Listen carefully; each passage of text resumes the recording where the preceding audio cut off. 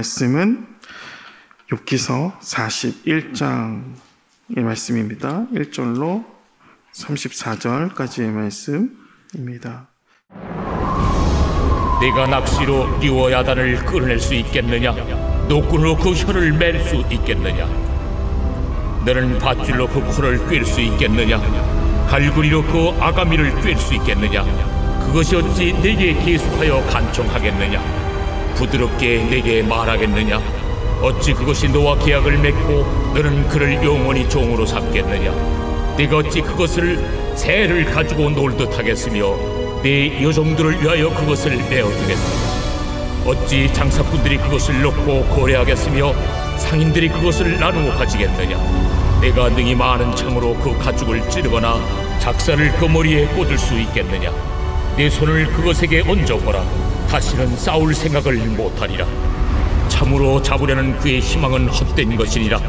그것의 모습을 보기만 해도 그는 기가 꺾이리라.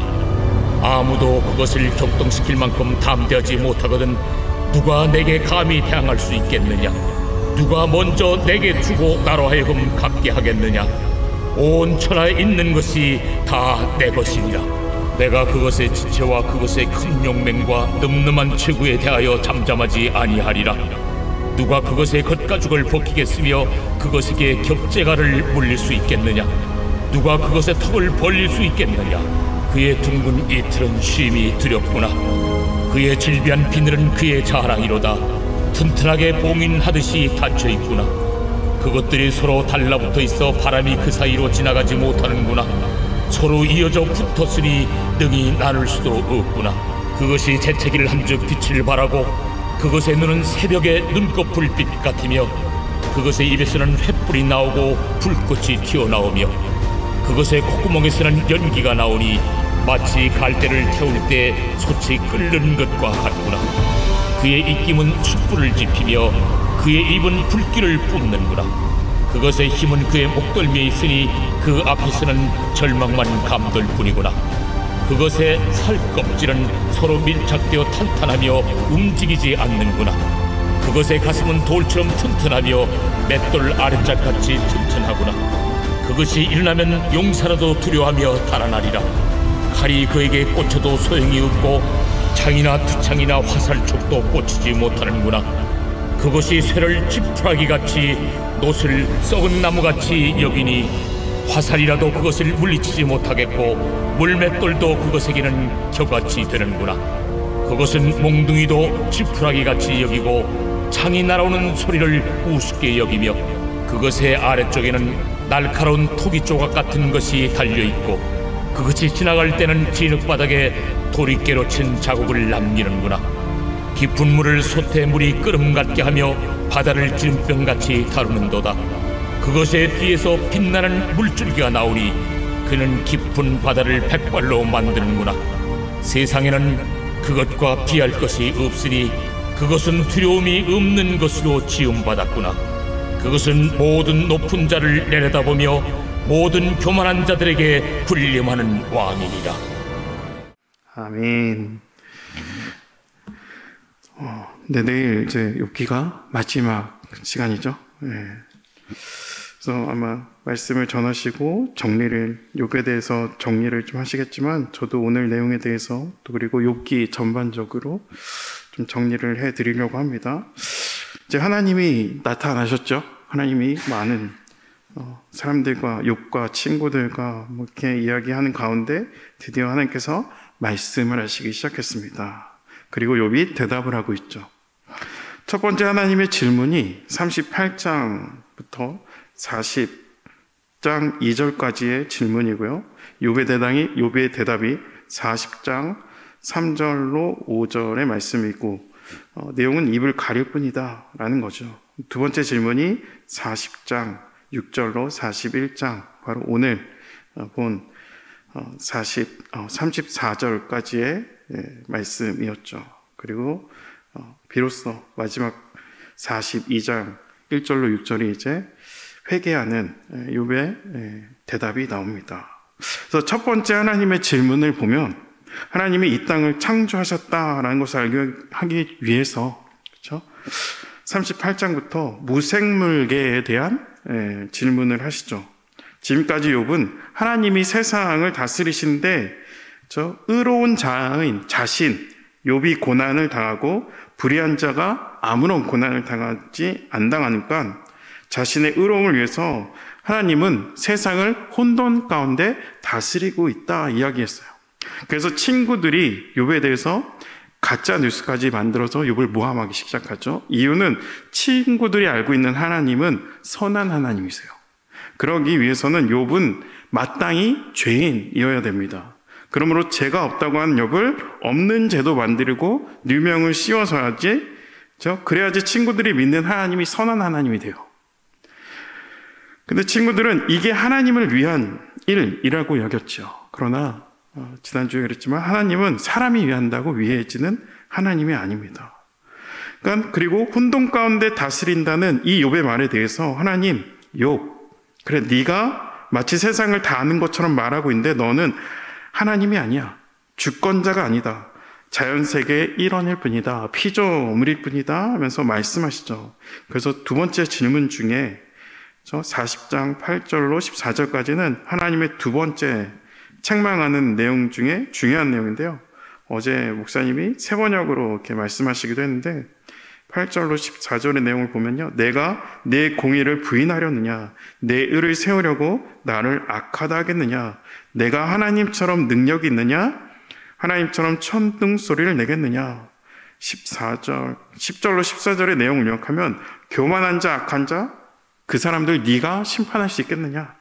그러니까 네가 마음에 안 든다는 사람, 네가 어제 목사님은 복싱선처럼 쳐서 이길 수 있겠느냐? 그렇게 하면 내가 널 인정해 줄게 라고 말씀한다는 거죠. 그러나 심판하지 못하면, 네가 이기지 못하면 너가 주권자가 아니면서 네가 하나님처럼 세상을 혼돈 가운데 다스린다고 함부로 말할 수 있겠느냐? 하나님이 질문한다는 거죠. 그러나 하나님께서 혼돈으로 다스리는 게 아니라 세상을 혼돈케 하는 강력한 악의 존재를 다스리고 통제한다는 것을 설명하기 위해서 두 짐승을 언급하십니다. 어제의 말씀 후반절에 베헤못이라고 나왔고요. 오늘 말씀의 주된 내용은 리와 야단이 등장합니다. 개역 개정 하기 전에 개역 한글에서는요, 이 베헤못과 리와 야단을 하마와 악어로 번역을 했어요. 실제 하마와 악어와 비슷하다고 합니다. 그러니까 고대 근동의 히브리 사람들에게 물은 혼돈이었어요. 여러분, 창조 질서가 있기 전에, 창조가 일어나기 전에, 하나님께서 창조를 하기 전에 온 세상이 물이었고 그때 혼돈으로 있었다는 것을 창세기를 통해서 알 수 있죠. 창세기 1장 2절에 보니까요, 땅이 혼돈하고 공허하며 흑암이 깊음 위에 있고 하나님의 영은 수면 위에 운행하시니라. 하나님의 영은 수면 위에 운행하시니라. 그러니까 창조 이전의 모습은 수면, 물로 가득했다는 거죠. 그러므로 고대 사람들에게 물은 혼돈의 상징이었어요. 그러니까 혼돈을 상징하는 물에서 가장 포악한 두 짐승, 두 존재가 바로 하마와 악어로 표현되어졌다는 거죠. 하지만 실제로 하마와 악어는 아닙니다. 그러므로 개역 개정이 되면서 하마와 악어를 베헤못과 리와 야단으로 번역이 된 거죠. 특별히 리와 야단은 히브리 성경, 이 히브리 성경이 헬라어로 바뀔 때, 그때가 이제 70인역이라고 하는데요. 거기에 언어를 보면 호 드라콘, 호 메가스라고 되어 있어요. 그러니까는 메가 드래곤이에요. 메가 드래곤.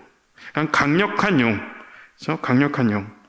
그 강력한 용에 대해서 동일한 단어가 어디에 쓰여지면 요한계시록 12장 9절인데요. 요한계시록 12장 9절에 큰 용이 내쫓기니 옛 뱀, 곧 마귀라고도 하고 사탄이라고도 하며 온 천하를 꾀하는 자라. 계시록의 큰 용, 그 용이 바로 호 드라콘, 호 메가스로 욥기서 리와 야단과 번역이 똑같이 되었다는 거죠. 그러니까 리와 야단이 정말 사탄과 같은 존재인가 라고 생각을 할 수 있죠. 근데 오늘 말씀 마지막 부분이죠. 33절, 34절에 세상에는 그것과 비할 것이 없으니 그것은 두려움이 없는 것으로 지음받았구나. 그것은 모든 높은 자를 내려다보며 모든 교만한 자들에게 군림하는 왕이니라. 아멘. 네, 말씀을 통해서 리와야단은 세상을 군림하는 마치 하나님처럼 데려가는 하나님을 대적하는 존재의 상징성이 있습니다. 그러니까 리와야단에서 오늘 묘사되어 있지만 리와야단이 어떤 존재인지 사실 아는 것보다 물론 그것들로 34절을 꽉 채우고 있지만 리와야단을 붙잡고 있는 하나님을 우리가 집중해야 된다는 거죠. 그래서 13절, 14절에 보니까 누가 그것에 겉가죽을 벗기겠으며 그것에 겹제가를 물릴 수 있겠느냐? 누가 그것에 턱을 벌릴 수 있겠느냐? 그의 둥근 이틀은 심히 두렵구나. 여러분, 피조물 중에서 가장 강력한 리워야단이라 해도 하나님께서 강력하게 통제하고 있다는 것을 이 말씀을 통해서 하나님께서 얼마나 강력하게 악을 통제하고 있는지 우리에게 알려주고 있다는 거죠. 욥은 하나님의 다스림에 대해 욥은 자신이 정직하고 죄가 없다고 주장해왔습니다. 네, 하나님께서는 파괴자로 다스린다고 또 이야기를 했죠. 9장이 그렇게 이야기해요. 9장 22절로 24절에 제가 쉬운 성경으로 욥기서 9장 22절로 24절 제가 쉬운 성경으로 말씀드리면 그는 죄 없는 자나 악한 자나 모두 죽이시는 분이니 내가 무슨 말을 하겠느냐. 셋 제왕이 내려와 죄 없는 자를 망하게 해도 그분은 낙담하는 그를 비웃으시네. 악이 세상을 지배하고 재판관도 눈이 멀었으니 하나님이 아니고서는 누가 이렇게 하겠는가. 그러니까 하나님이 죄 없는 자나 악한 자나 다 죽인다 이야기하는 거죠. 그러니까 세상을 의인이나 불의한 자나 다 심판하고 파괴하는 자로 혼돈으로 다스린다는 욥의 말에 대해서 하나님은 욥이 틀렸다고 혼돈을 상징하는 물의 지배자인 베헤못과 리와야단을 말씀하시면서 혼돈의 세력조차도 하나님 손바닥 안에 있다. 그 혼돈의 세력조차도 하나님의 피조물이다. 아무리 피조물의 강력한 존재라 해도 그 존재는 리와야단은 내 밥이다 말씀하십니다. 그러니까 내 손바닥 안에 있다 말씀하는 거죠. 결국 이런 리와야단을 통해서 욥에게 한 질문한 답으로 욥 자신이 틀렸음을 회개하고 고백하게 합니다. 여러분, 욥기서를 통해서 중요한 메시지가 사실 굉장히 많이 있죠. 그래서 가장 중요한 것은 오늘 정리하고 싶은 내용은 여러분 신앙생활을 왜 하고 있는가라는 겁니다. 여러분, 많은 사람들이 신앙생활 가운데 이유가 복을 받기 위해서 하죠. 신앙에 있어서 내가 주체가 되는 거죠. 내가 복 받기 위해서 내가 하나님을 복 주시는 도구로 합니다. 여러분, 복 받기 위해서 신앙생활을 하는 것은 어떻게 보면 미신과도 같죠. 내가 잘 되고 싶어서 신을 이용합니다. 근데 욥기서 보여주는 메시지는 아무런 보상이 없어도 우리가 믿는 믿음으로 반응할 수 있겠는가라는 거예요. 하나님이 주인이시기에 하나님의 주권자시기에 내가 마땅히 섬겨야 될 하나님이기에 아무것 없어도 또 내가 원하는 대로 되지 않더라도 혹 원치 않은 어려움을 경험하게 되더라도 하나님을 섬기고 순종할 수 있는가? 아니면 잘 되기 위해서 하나님을 도구로 삼고 내가 신앙생활을 하고 있는가라는 거죠. 내가 원하는 일이 일어나지 않더라도 하나님이 주인이시기에 그 주인의 주권을 인정하는 삶을 살 수 있는가 없는가의 문제를 욥기서는 다루고 있습니다. 여러분께서 천상회의에 욥을 자랑하고 처음에 칭찬하죠. 세상을 다 돌고 온 이 사단에게 욥 봤냐고. 이런 사람이 세상 어디에도 없다. 근데 사단의 참소의 핵심은 하나님이 욥을 보호해 주시니 그가 하나님께 잘한다라는 거죠. 까닭이 있으니까 잘한다. 하나님께서 주신 복을 빼앗는다면 하나님께서 욥과 함께 하지 않으신다면 욥이 하나님께 순종하는 일, 욥이 하나님을 예배하는 일, 이 일을 멈출 것입니다. 이것이 사단의 그 핵심의 논지였죠. 근데 사단의 말에 하나님이 한번 그렇게 시험해보자 이야기합니다. 욥의 보호의 울타리인 집과 소유물을 다 가져가시죠. 그리고 두 번째 그의 건강의 울타리를 딱 제거하십니다. 그러니까 사단의 논지는 히브리어로 오르 베아르 오르라고 의미는 바로 가죽은 가죽으로 바꾼다라는 의미가 있어요. 오르 베오르. 당시 화폐가 없었기에 물문 교환할 때의 시대적 배경이에요. 물물 교환하려면 다른 물건이지만 동일한 가치가 있어야 돼요. 하나님께서 울타리를 쳐준 만큼 욥은 순종했다 이거죠. 하나님께서 울타리를 거두시면 욥은 하나님을 버린다라는 거죠. 신앙의 이유는 복을 받기 때문에 하는 것이지 복이 없다면 하나님을 버릴 것입니다. 이게 사탄의 논지라는 거예요. 결과적으로 여러분 욥은 보호의 울타리를 거두셨음에도 불구하고 여전히 하나님에 대한 신앙을 가지고 있었습니다. 주신 분이 하나님이시면 가져가시는 것도 하나님입니다. 하나님께서 복을 받았다면 재앙도 받는 것이 당연하다라고 하면서 욥은 의로운 모습을 보여주었죠. 그래서 진정한 의로움은 무엇인가? 하나님을 경외하며 악을 떠난 자의 태도는 복을 받기 위해 대가를 기대하며 하나님을 섬기지 않는 겁니다.